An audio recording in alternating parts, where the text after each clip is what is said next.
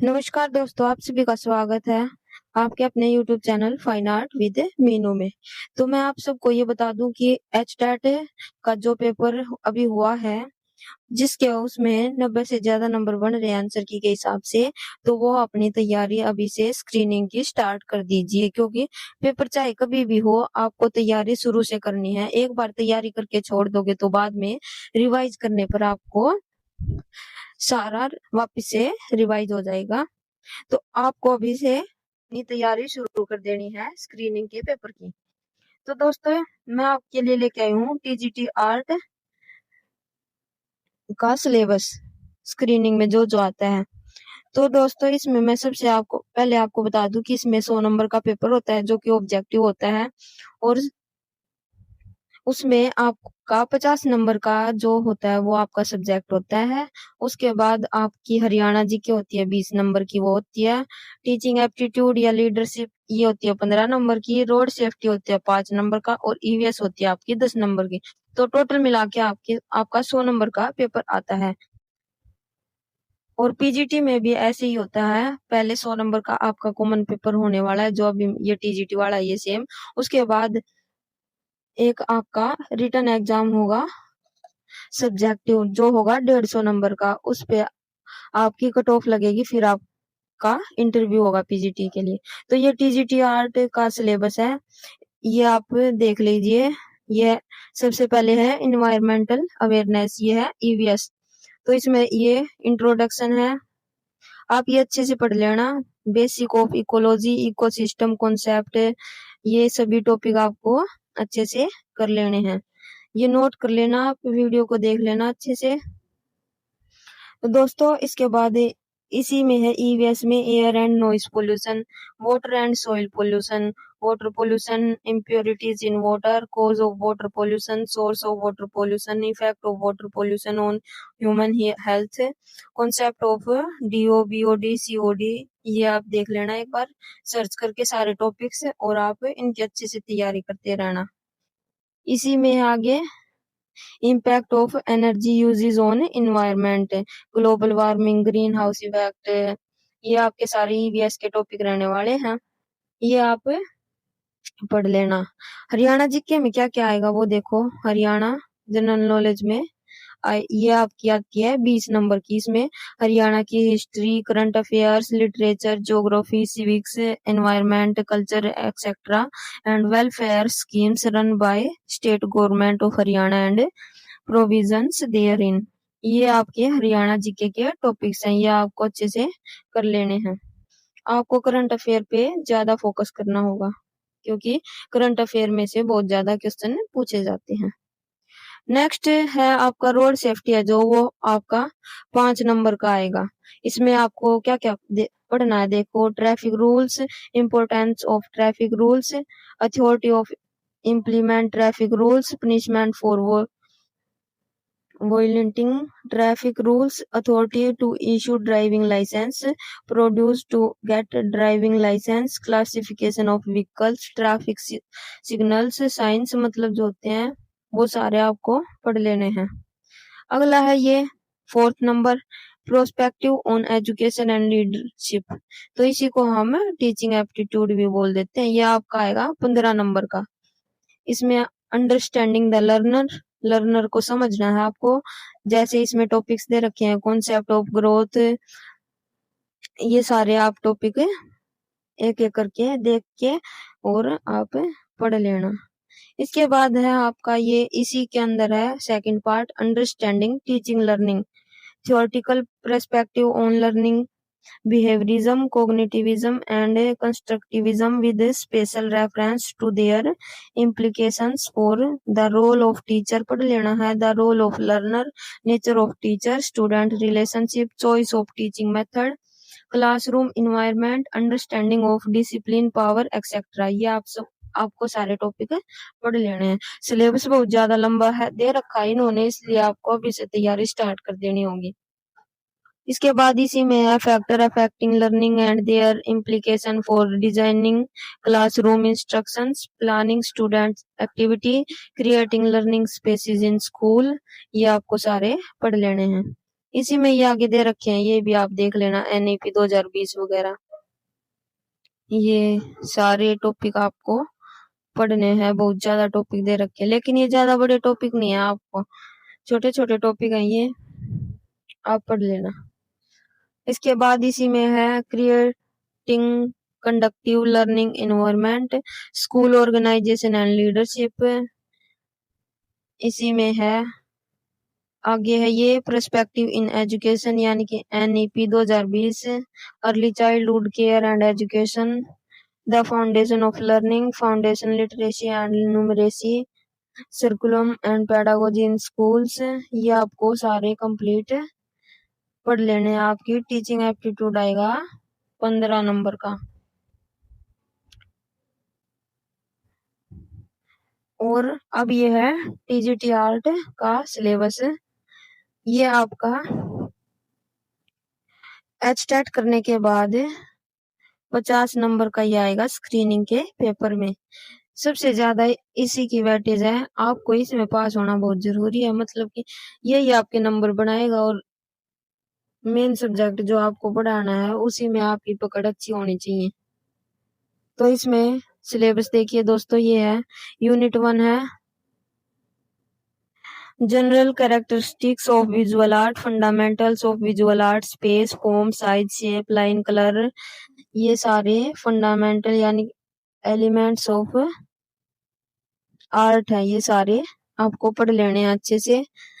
और इसके बाद design and aesthetic, organisation of visual elements in art, object composition, the uses of 2 and 3 dimensions यानी कि 2D और 3D विजुअल आर्ट में पढ़ लेने हैं। ये सारे आपको यूनिट 1 कंप्लीट करनी है। इसके बाद है unit 2 traditional and modern mediums and materials in making visual art, painting, sculpture, print making, mural, graphic design and multimedia art, invention, adaptations and development of these mediums and material from the prehistoric period to present day in India। ये आपका second unit में है। इसके बाद unit 3 आएगी अपनी। Unit 3 में भी लगभग यही है, लेकिन इनमें टेक्निक्स वगैरह आपको याद करनी है। Traditional and modern technique, process and producers used in making painting, sculpture, print making, mural, graphic design and multimedia art such as modeling, carving। मतलब कि जो आपके स्कल्पचर में जितनी भी सारी टेक्निक्स वो यूज होती हैं और प्रिंट मेकिंग में जितनी टेक्निक यूज होती हैं वो सारी आपको अच्छे से याद कर लेनी है। Different way of handling of colour pigment like impasto, ये तकनीक है ये सारी। इम्पेस्टो जिसमें मोटे रंग की मोटी परतें लगाई जाती हैं। Glazing, burnishing, drip, etching, relief, surface painting, fresco, Bruno, fresco Seiko etcetera, printing process including computer graphic etcetera. ये सारी चीजें आपको यूनिट 3 में पढ़ लेनी है। इसके बाद है दोस्तों यूनिट 4। यूनिट 4 है रिवेलेंस of the study of aesthetic and critical theories of art for the students of visual art including student of applied art। तो ये आपको पढ़ लेने हैं दोस्तों यूनिट 4।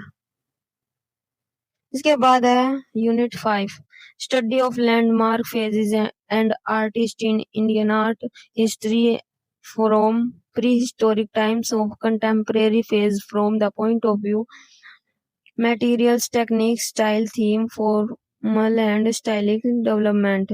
ये आपको यूनिट 5 में सारे पढ़ लेने हैं। इसके बाद यूनिट 6 में देखिए क्या क्या है। Study of various phases of Indian art history pre historic times to 18th century including the history of advertisement from the point of view of general formal and stylish features and development of ideology, materials, techniques and themes. Unit 6 में ये है। और unit 7 देख लेते हैं development of modernity in 19th and 20th century Indian art with special reference to various art movements, medium styles, individual artist contribution in different regions of the country। मतलब कि country के अलग अलग क्षेत्र में जो जितने भी आर्टिस्ट हैं उनका योगदान आपको पढ़ लेना है। The development of art education from the British art schools till the contemporary period। contemporary art था जो उसमें ब्रिटिश आर्ट स्कूल आपको पढ़ना है।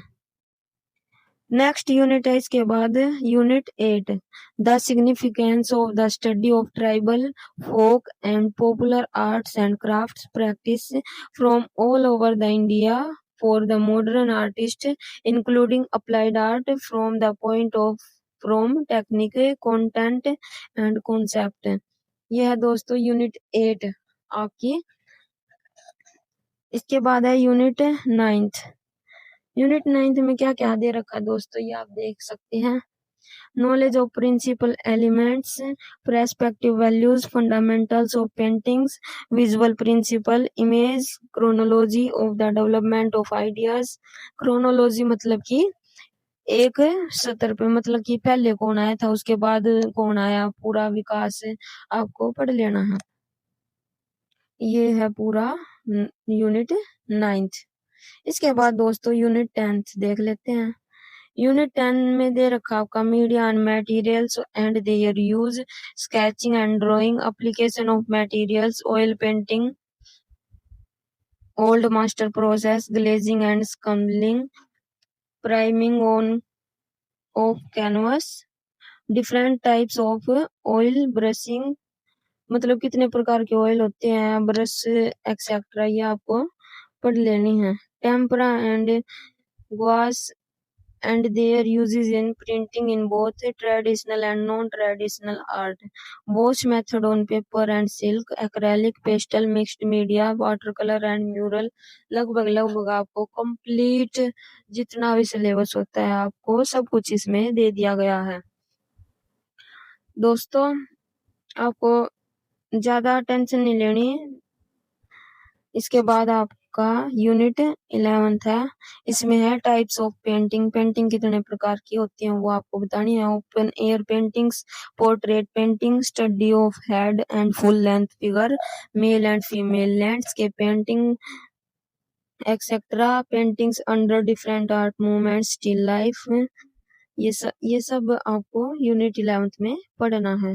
इसके बाद है दोस्तों unit 12 principle of composition, reflection of artist, personal views, development of concept, process of creative paintings, expression of ideas under some aesthetics and philosophical views, artistic expression during different social and structural changes at art and changes। ये आपकी unit 12 है। अब देख लेते हैं unit 13। Syllabus बहुत ज्यादा, अपनी तैयारी अभी से स्टार्ट कर दीजिए। Application of techniques, colours and colour theory. Colour theory आपको अच्छे से कर लेनी है, टेक्निक्स भी अच्छे से करनी है। Application of colour theory in art activities, colour harmony, traditional application of colours and the application of colour reasoning, colour preparation, texture technique, accept of pigment sources and influence of various traditions, understanding of 2 and 3 dimensions approaches and the purpose। ये थी दोस्तों आपकी unit 13। अभी तो काफी सारी units आपको दे रखी हैं। इसके बाद है unit 14 Revaluation of the study of aesthetic in fine arts, visual arts, the early philosophical thoughts in India, culture, nature and function of works of art in society, concept of रस, षडांग, ध्वनि, अलंकार etcetera, ये सभी आपको कर लेने हैं। ये देख लीजिए आप अच्छे से।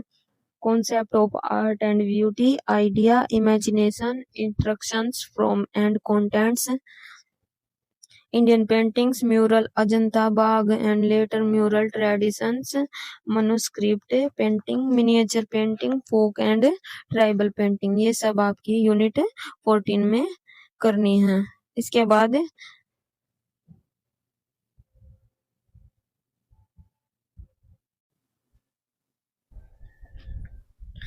आगे है अपनी unit 15 company school of paintings Raja Ravi Varma Bengal school under Rabindranath his disciples Satyendranath Majumdar Nath Gupta K Venkatappa Abdul Rahman Chughtai Asit Kumar Haldar Nandlal etcetera Nandlal and his disciples Ram Kinkar Baij Vinod Behari Mukherjee Dhirendra Krishnadev Varma etcetera Amrit Sehgal academic realism Calcutta group इसमें जितने सारे आर्टिस्ट हैं ये आपको अच्छे से पढ़ लेने हैं major trends in contemporary Indian art since 1947 जो भी आपके कंटेम्परेरी इंडियन आर्ट में जितने भी ग्रुप आपके बने हैं 1947 के बाद के वो सभी आपको याद करने हैं। इसके बाद यूनिट 16 आपकी है importance of applied art in visual communication understanding of all elements of an advertising design graphic design such as a typography and calligraphy headline copy photography illustration logo and symbol outdoor advertising its importance in communication various kinds of media of outdoor advertising with its advantages over other media ये सारे आपको अच्छे से पढ़ लेने हैं corporate government and social awareness name all the media available new technologies computer digital printers etc internet it is used in advertising products and service net marketing interactions with other arts example sculpture painter ये सभी आपको unit 16 में पढ़ लेने हैं। इसके बाद है unit 17 history of advertising from early civilization invention from early civilization invention of movable types development of printing processes letterpress offset grave silk screen printing embossing etc computer and its role in creating new visual effect history of Indian advertising and different media history of printing in India print media versus electronic media ये आपको unit 17 में पढ़ने हैं। इसके बाद दोस्तों है unit 18 इसमें है study of landmark phases modern and artistic in world art history Pablo Picasso Michelangelo Leonardo da Vinci और ये बाकी Van Gogh famous artist of 20th century Europe के जो हैं वो आपको पढ़ने हैं। और ये आपको एक इम्पोर्टेंट नोट दे रखा है। तो दोस्तों ये था आपका टीजीटी आर्ट स्क्रीनिंग एग्जामिनेशन का सिलेबस। तो दोस्तों वीडियो अच्छी लगी तो मेरे चैनल को सब्सक्राइब कर लेना क्योंकि एक वीडियो बनाने में बहुत मेहनत लगती है और मैं चाहती हूँ कि मैं बेस्ट से बेस्ट कंटेंट आपके लिए लेके आऊं। और इसके बाद मैं आपके लिए एक मेरे पास बुक रखी हुई है यूथ कंपटीशन टाइम्स की कंप्लीट जिसमें चैप्टर वाइज आपके एमसीक्यू दे रखे हैं विद एक्सप्लेनेशन। तो अगर आप चाहेंगे तो मैं उसको शुरू करा सकती हूँ फर्स्ट चैप्टर वाइज लेके लास्ट तक जितना मेरे से हो सकेगा मैं अपना बेस्ट दूंगी। और अगर मेरे से कोई गलती हो जाती है तो अपनी छोटी बहन समझ के माफ कर देना दोस्तों। और मेरे चैनल को लाइक कर देना एंड मेरी वीडियो अच्छी लगी हो तो शेयर भी कर देना दोस्तों। आपका एक शेयर करने से एक सब्सक्राइब करने से मुझे मोटिवेशन मिलता है।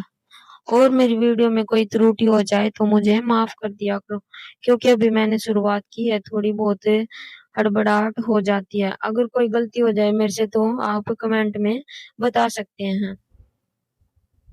ठीक है दोस्तों बाय टेक केयर अपने पेपर की तैयारी अभी से स्टार्ट कर दीजिए।